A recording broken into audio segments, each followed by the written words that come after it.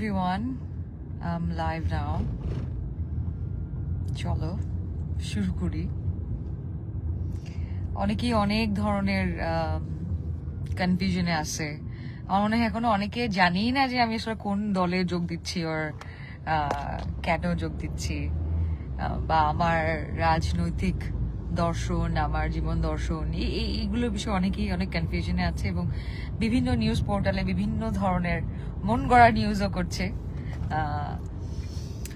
যাই হোক, এখন যেহেতু সোশ্যাল মিডিয়ার যুগ, খুব সহজেই মানুষের নামে দুর্নাম ছড়াতে পারে এবং আমাদের এখনকার সামাজিক প্রেক্ষাপটে যেখানে নারীরা একটু ভোকাল হলে কিংবা বিগত সময়েও যেসব নারীরা রাজনৈতিক মাঠে আসার চেষ্টা করেছে তাদেরকে বিভিন্নভাবেই সামাজিকভাবে হেয় করা হয়েছে, তাদের নামে মিথ্যা প্রোপাগান্ডা ছড়ানো হয়েছে, বিভিন্ন ন্যারেটিভ ক্রিয়েট করা হয়েছে, তাদেরকে ছোট করা হয়েছে, অনেক হ্যারাসমেন্ট করা হয়েছে। কিন্তু তারপরেও তো আসলে ঘরে বসে থাকা যায় না, তারপরেও তো আসলে সামনে আগাতে হয়, কাজ করতে হয়। তো অনেকেই জয়েন করেছে, অনেক মানুষ জয়েন করছে, সবাই লিখছে হ্যালো, হাই। এমডি রাকিব লিখছে, জুনান চাকমা লিখছে love from Rangamati, thank you. Tasnim Saba লিখছে হ্যালো আপি, হ্যালো। শফিকুল ইসলাম লিখছে আপু কেমন আছেন? আপনি? ভালো আছি। চলো আজকে অনেকগুলো কনফিউশন দূর করে চলো। And that is first news. একটা জায়গায় দেখতেছি বিভিন্ন একটা ছড়ানোর চেষ্টা করছে যে আমি নাকি ছোটবেলায় বলছি তারেক রহমানের আদর্শ নিয়েই ছোটবেলা থেকে আমি বড় হয়েছি এবং আমি আমার নাম রুকাইয়া জাহান না লিখে রুকাইয়া রহমান লিখতাম। মানে ডু ইউ বিলিভ ইট? মানে how come in this world আমি এই ধরনের কথাবার্তা বলবো বলো? মানে ইটস ওকে, আমি একটা রাজনৈতিক দলে জয়েন করতে, সো এটা কখনোই সম্ভব না আমার পক্ষে। যারা আমাকে ব্যক্তিগতভাবে চেনে, যারা আমার বিষয়ে জানে, তারা অ্যাটলিস্ট এই বিষয়ে জানে যে আমি এই ধরনের কথাবার্তা বলবো না।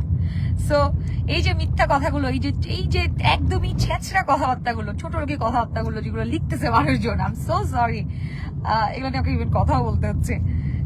লাইক একটু চিন্তা করো, মানে লেখো তোমরা, মানে যারা লিখতেছো দুই একজন মানুষ, এই যে দুষ্ট লোকজন, সেই দুষ্ট লোকজন লেখো ঠিক আছে, কিন্তু এভাবে লেখার কোনো মানে, একটু বিশ্বাসযোগ্য ভাবে লেখো যে আমি আমার নাম তারেক রহমান থেকে ইন্সপায়ার হয়ে রুকায়া রহমান লিখতাম। মানে হোয়াট ইজ দিস ভাই? একটা বুলশিটের সীমা আছে। ধরনের জিনিসপত্র দেখে তারা সোশ্যাল মিডিয়াতে, যারা এখন টেকনোলজিক্যালি অনেক বেশি সক্রিয় না, অনেক বেশি আপডেটেড না, তারা আসলে এই ধরনের ভুলের শিকার হয়।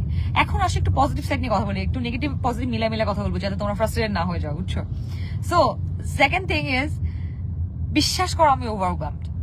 আমি আসলে দুই একটা নেগেটিভ জিনিস ছাড়া আজকে সারাদিন সব পজিটিভ ঘটছে।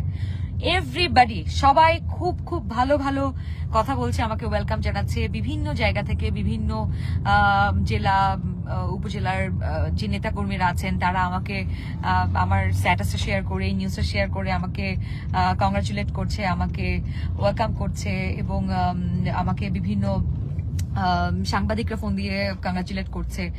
সো সবার যে এই উচ্ছ্বাস এবং ভালোবাসা, এটা আমাকে আসলে খুবই খুবই আপ্লুত করছে। এবং আমি শুনেছি আমার এরিয়াতে নাকি মানুষজন মিষ্টি বিতরণ করছে। সো এই যে ভালোবাসা, যে মানুষগুলোকে আমি চিনিও না, তারাও আমার এই যে পার্টিসিপেশন, সেই পার্টিসিপেশনটাকে সেলিব্রেট করছে, এটাকে উদযাপন করছে।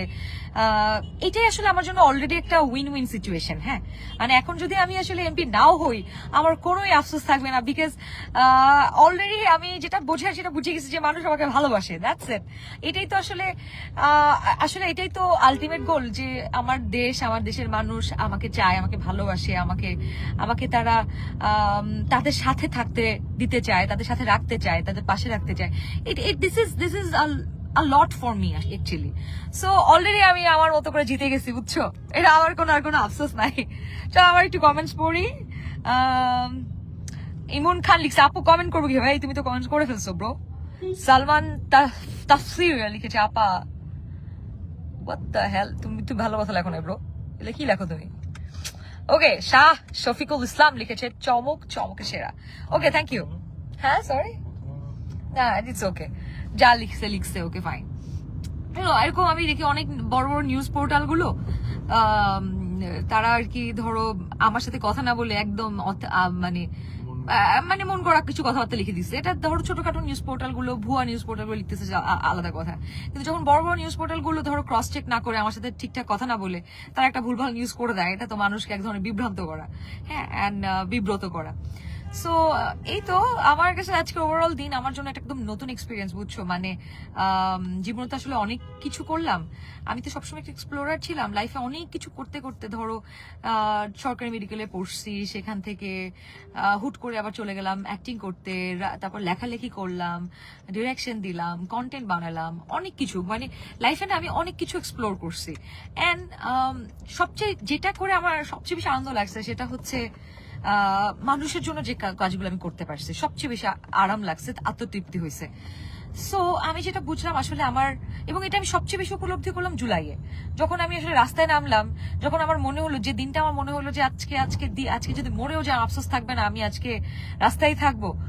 ওই দিন আমার মনে হয়েছে যে জীবন আসলে মিনিংফুল, জীবন খারাপ না, জীবন সুন্দর।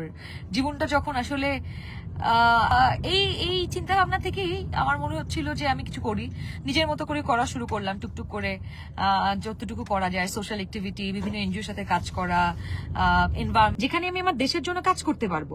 কারণ আমি যতটুকু দেখলাম যে এটুকু তারা বোঝে যে আমি আমার দেশের জন্য কাজ করতে চাই, তো তারাও যদি এরকম মানুষ চায় যারা আসলে দেশের জন্য কাজ করে আসতেছে এবং কাজ করতে চায়, তাদেরকে একটা প্ল্যাটফর্ম দিতে চায়, তাহলে আমি অবশ্যই তাদের কাছে গ্রেটফুল থাকবো। এবং তখন আমি আমার তারা যেহেতু আমাকে দলে নিচ্ছে, তাদের অফকোর্স দলের প্রতি একটা দায়বদ্ধতা আমার থাকবে, ডেফিনেটলি আমি দলের জন্য কাজ করবো, কিন্তু কখনোই আমি পার্টিকুলারলি শুধু একটা রাজনৈতিক দলকে সার্ভ করার জন্য রাজনীতিতে আমি কখনোই আসতে চাই না।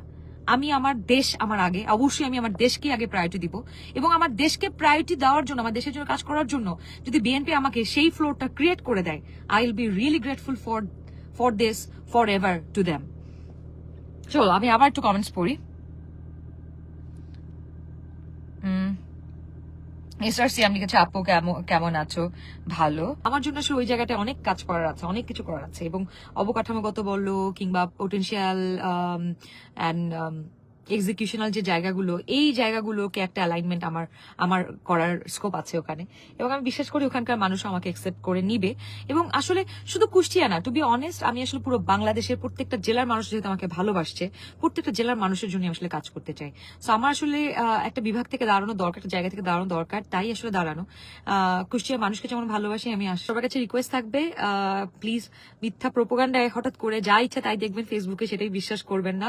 ফেসবুকে অনেক কিছুই বলবে মানুষজন, অনেক মিথ্যা প্রোপাগান্ডা। আমাকে বিভিন্ন মানুষজন, অলরেডি বিএনপি বিভিন্ন লোকজন আমি দেখলাম যে আমারটা শেয়ার করে আমাকে বলছেন যে আপু ওয়েলকাম টু বিএনপি, কিন্তু আপনার পেছনে তো এখন বট বাহিনী লেগে যাবে, একটু সাবধানে থাকবেন। সো ইয়েস, আমি জানি অনেক বট বাহিনী আসবে, অনেক অনেক ধরনের, এই যে অলরেডি অনেকজন মানুষ লিখতেছে কি আলী হোসেন রাজ কিরে পতিতা। একটা পুরুষ কখন একটা মহিলাকে পতিতা হিসেবে দেখতে পারে? যখনই সে আশেপাশে শুধু পতিতার সাথেই ঘোরাফেরা করছে তার জীবনে, তা উঠতে বসতে, তার মা বোন সবাইকে তাকে এই চোখে দেখে আসছে, এই জন্যই তারা জন্মাইছে। সে কখনই পাবলিক প্লেসে সে একটা অন্য একটা মেয়েকে পতিতা হিসেবে লিখতে পারে না। সো যে এটা লিখছেন, সে তার পারিবারিক অবস্থান, তার আপব্রিঙ্গিং, তার মা বাবার অবস্থান, তার মা বোনের অবস্থান, সেটারই প্রকাশ করছেন, আমাকে না। হ্যাঁ, সো এই যে আমাকে দুই একটা বাজে কথা বলে আমাকে দলে হবে, ভাই এটার কত উদাহরণ দিব, যুগে যুগে কত অভিনয় শিল্পীরা কোন বিভিন্ন দেশের বড় বড় রাজনৈতিক পদে ছিল। ইভেন এখনই তো উদাহরণ দেওয়া যায়, পার্শ্ববর্তী দেশ, আমাদের নিকটবর্তী দেশ নেপালে, যে প্রধানমন্ত্রী সংসদে একটা কৃষকও যাবে, একটা কৃষকের ভয়েসও সংসদে যাওয়া দরকার আছে। কেন তুমি শুধুমাত্র এটাকে কুক্ষিগত করতে চাচ্ছ? তুমি why are being a gatekeeper, যে এখানে এটাই যেতে হবে? Stop being the gatekeeper bro. And also আমি সম্মান করি যারা অনেক দিন যাবত আমার ব্যাক করেছেন, তাদেরকে অনেক সম্মান, অনেক ভালোবাসা। এবং আমি বিএনপির এমপি না হলে বিএনপির সাথে যে কাজ করা হয়, অবশ্যই আমি তাদের এই ত্যাগ তিতিক্ষা এগুলোকেও আমি চাই মানুষ জানুক। আমার থ্রোতে আমি যদি আমার কখনো বলার, এই গল্প বলার সুযোগ হয়, সেই গল্পগুলো আমি বলবো, তাদের হয়েই বলবো। অনেক ত্যাগ তিতিক্ষা করেছেন তারা, কিন্তু ইট ডাজন্ট মিন দ্যাট এই জন্য নতুন কেউ আসতেই পারবে না। যারা 17 বছর কাজ করছে তারাই থাকতে পারবে, যারা কখনো নতুন, তাহলে আসলে নতুন করে নতুন ফরমেশনে কাজ করা যাবে না। আসলে আমাদেরকে সবাইকে মিলেমিশেই কাজ করতে হবে, আমাদের যেমন পুরনোদেরকে সম্মান করতে হবে, আসলে একটা নতুন ধারার রাজনীতি তৈরি হবে, একটা যেটা আসলে নিউ জেনারেশনকেও ইনক্লুডেড ফিল করাবে, তাদেরকে নিয়ে আমরা আসলে সামনে আগাইতে হবে। একটা বড় জনগোষ্ঠীকে বাদ দিয়ে আসলে তো কাজ করা যাবে না। এন্ড অলসো যাদের মোটেও না ব্রো, আমি একদমই এটা চাচ্ছি না। জুলাই আমি কতটুকু একটু ছিল না সবাই জানে, এটা নতুন করে আসলে আমি এটা ফলো করে বলার কিছু নাই। এবং এটার জন্য যদি কোনো হেল্প নিতে হতো বা সুবিধা নিতে হতো, তাহলে আরো বিগত যে 2-2.5 বছর ছিল সেখানে আমি নিতে পারতাম। সো এটার জন্য আমি চাচ্ছি না। আমি একজন দেশকে ভালোবাসা মানুষ, একটা পাগল মানুষ, দেশকে ভালোবাসতে চাই, দেশের জন্য কিছু করতে চাই, একটা প্ল্যাটফর্ম দরকার। সেই প্ল্যাটফর্মে যুক্ত হয়েছি, যেখানে আরো অনেক নারীর ভয়েস হয়ে আমি কথা বলবো এবং আরো অনেক নারীকে আমি উদ্বুদ্ধ করতে চাই, ইন্সপায়ার করতে চাই। সো এই তো আই থিঙ্ক অনেক কিছুই ক্লিয়ার হয়েছে। আরো যদি কিছু বাদ পড়ে definitely I will talk about it. I think যারা যারা অনেক কিছু লেখার চেষ্টা করছিল তারা আমার এইখান থেকে অনেক কিছু পেয়ে যাবে। এবং অনেকেই বলতেছে বিএনপির জন্য তোমাকে রাজপথে দেখি নাই। আসলে আমি তো বললাম, আমি নিজেও বুঝছি, আমি কোন রাজনৈতিক দলের হয়ে কখনোই রাস্তায় নামিনি। আমি আমার দেশের হয়ে রাস্তায় নামছি, আর আমি দেশের হয়েই রাস্তায় নামবো সারা জীবনই। So yes, thank you so much. রাখবেন। আর যদি কিছু নাও হয়, আমি সবসময় পাশে আছি, আপনাদের সবসময় থাকবো, যে কোনো ফর্মে আমি আপনাদের সাথে আছি। নো